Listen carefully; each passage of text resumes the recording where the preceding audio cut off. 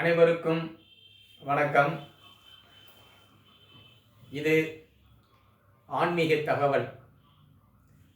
நாம் விளக்கு ஏற்றும் போது செய்யக்கூடாதவை என்ன அப்படிங்கிறத பற்றி நம்ம இந்த நிகழ்ச்சியில் பார்க்க இருக்கிறோம். அதாவது பொதுவாக நம்ம விளக்கு ஏற்றுறது அப்படிங்கிறது பிரம்ம முகூர்த்தத்தில் விளக்கு ஏற்றினா ரொம்ப நல்லதுங்க. பிரம்ம முகூர்த்தம்னா காலையில் 4லிருந்து சூரிய உதயம் அப்படிங்கிறது அந்த 6 மணிக்குள்ளே நம்ம ஏற்றினா ரொம்ப சிறப்பு. அதே போல் மாலையில் விளக்கு ஏற்றுறோம். இப்போ அந்த விளக்கு ஏற்றும் போது நம்ம என்னெல்லாம் செய்யக்கூடாது அப்படிங்கிறத நம்ம பார்க்க இருக்கிறாங்க. முதல்ல நம்ம விளக்கு ஏற்றும் பொழுது பின்பக்கத்து வாசக்கதவை நம்ம முதல்ல மூடிடணும். பின்பக்க வாசல் கதவை மூடிட்டு அதே சமயத்தில் முன்பக்க கதவை நம்ம கண்டிப்பாக திறந்து வைக்கணும். இதுதான் ஒரு முறையான ஒன்றுங்க. அதாவது நம்ம விளக்கு ஏற்றும் பொழுது மகாலட்சுமி வரதாக ஒரு ஐதீகம். பின் கதவு திறந்திருந்தால் வர மகாலட்சுமி அப்படியே போயிடுவாங்க அப்படின்னு சொல்லுவாங்க. இப்போ அடுத்தது நம்ம விளக்கு ஏற்றும் பொழுது நம்ம பொதுவாக என்ன செய்கிறோம் அப்படின்னோம்னாங்க,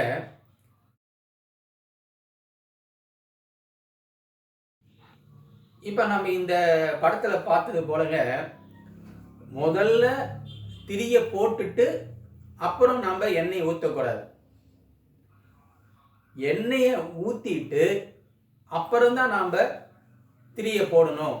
இது ஒரு முக்கியமான ஒன்றுங்க. நாம் இதை கவனத்தில் வச்சுக்கணும். அடுத்தது நம்ம எண்ணெய் ஊற்றக்கூடாது அப்படிங்கிறத நம்ம பார்க்கணும். முக்கியமாக நம்ம விளக்கு ஏற்றும் பொழுது கடலை எண்ணெய் நம்ம பயன்படுத்தக்கூடாது. அதே போல் அந்த ரிஃபைண்ட் ஆயில், பாம் ஆயில் இதெல்லாம் நம்ம பயன்படுத்தக்கூடாது. சுட்ட எண்ணெயை நம்ம பயன்படுத்தக்கூடாது. அதாவது சுட்ட எண்ணெய்ங்கிறது நம்ம ஆல்ரெடி நம்ம ஏதோ சமையல் செஞ்சு அந்த மிச்சமாகிற எண்ணெய், அது மட்டும் அர்த்தம் கிடையாது.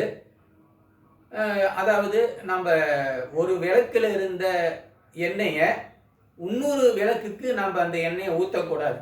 அது ஒரு தவறான ஒன்றாகும். அதுவும் சுட்ட எண்ணெயும் தான் அதுக்கு அர்த்தமாகும்.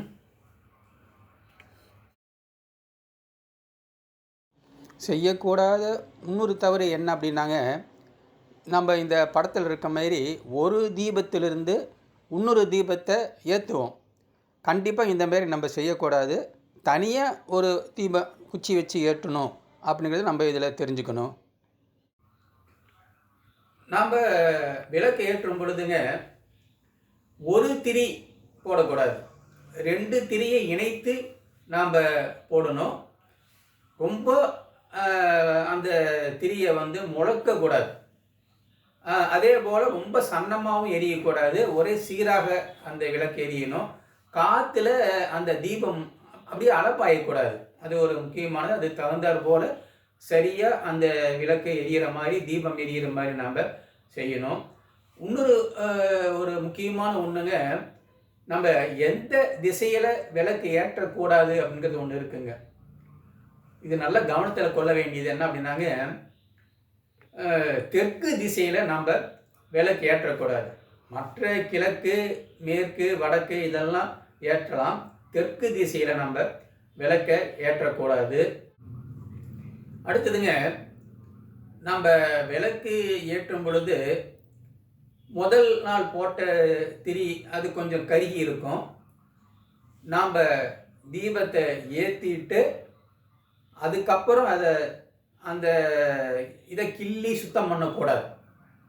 விளக்கு ஏற்றுனதுக்கப்புறம் நம்ம கைகளால் அந்த நுனியை கிள்றது இதெல்லாம் பண்ணக்கூடாது. விளக்கு ஏற்றுறதுக்கு முன்னாலேயே அதை சரி பண்ணிவிட்டு நாம் விளக்கு ஏற்றணும். அதே போல் நம்ம விளக்கை தூண்டலாம்.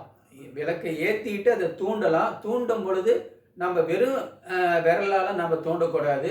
ஒரு குச்சியோ அல்லது ஒரு பூவினுடைய அந்த காம்பு பகுதியிலையோ நம்ம அந்த தீபத்தை நம்ம தூண்டி விடலாம்.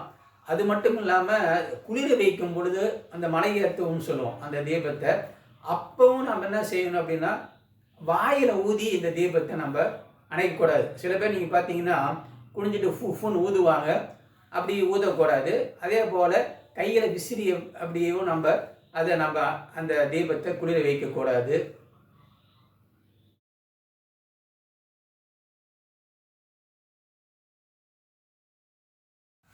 நம்ம முதல்ல சொன்னோம், கடலை எண்ணெய் இதெல்லாம் நம்ம விளக்கு ஏற்ற பயன்படுத்தக்கூடாது அப்படின்னோம். அப்போ விளக்கு ஏற்றுறதுக்கு நம்ம என்ன பயன்படுத்தணும் அப்படின்னா, நம்ம நல்லெண்ணெய் தாராளமாக பயன்படுத்தலாம். அது வந்து எள்ளிலிருந்து நம்ம கிடைக்கக்கூடியது. பேரே நல்லெண்ணெய்ன்னு சொல்கிறோம். அதே மாதிரி நம்ம நெய் பயன்படுத்தலாம், விளக்கெண்ணெய் பயன்படுத்தலாம். இந்தமாரி அல்லது 5 எண்ணெய்கள் ஒன்றா சேர்த்து பஞ்ச எண்ணெய் அப்படின்னு சொல்கிறோம். அந்த எண்ணெயும் நம்ம பயன்படுத்தலாம். அடுத்தது இன்னொரு நம்ம விளக்கு ஏற்றும் பொழுது நம்ம செய்யக்கூடாத மிகப்பெரிய தவறு என்னன்னாங்க, இந்த விளக்கை நம்ம சுத்தம் செய்கிறோம், விளக்கை என்றைக்கு கழுவலாம் அப்படிங்கிறத நம்ம பார்க்கணும். சில பேர் என்ன செய்வாங்க அப்படின்னா, வெள்ளிக்கிழமை செவ்வாய்க்கிழமை விளக்கு ஏற்றுறாங்க அப்படின்னு பொழுது அன்னைக்கு வந்து விளக்கை வந்து நல்லா தேய்ச்சி கழுவிக்கிட்டு இருப்பாங்க. அந்த அன்னைக்கு நாம் அதை கழுவக்கூடாது. செவ்வாய் வெள்ளிக்கிழமை நாம் விளக்கை கழுவக்கூடாது. மற்ற அந்த 5 நாட்களில் என்றைக்கு வேணாலும் நம்ம விளக்கை சுத்தம் பண்ணலாம். அதுபோல் நம்ம முக்கியமான தினங்கள் இந்தமாரி பௌர்ணமி, இப்போ அமாவாசை, கிருத்திகை, அந்த அன்னைக்கு முன்னாலேயே நாம் அதெல்லாம் கழுவி சுத்தம் பண்ணி வச்சுக்கணும். இதெல்லாம் நம்ம வந்து கடைபிடித்தோம் அப்படின்னா நம்மளுடைய மகாலட்சுமியோடைய அருள் நமக்கு பரிபூர்ணமாக கிடைக்கும் என்று கூறி இந்த நிகழ்ச்சியை இந்த அளவில் நிறைவு செய்கிறேன். நன்றி, வணக்கம்.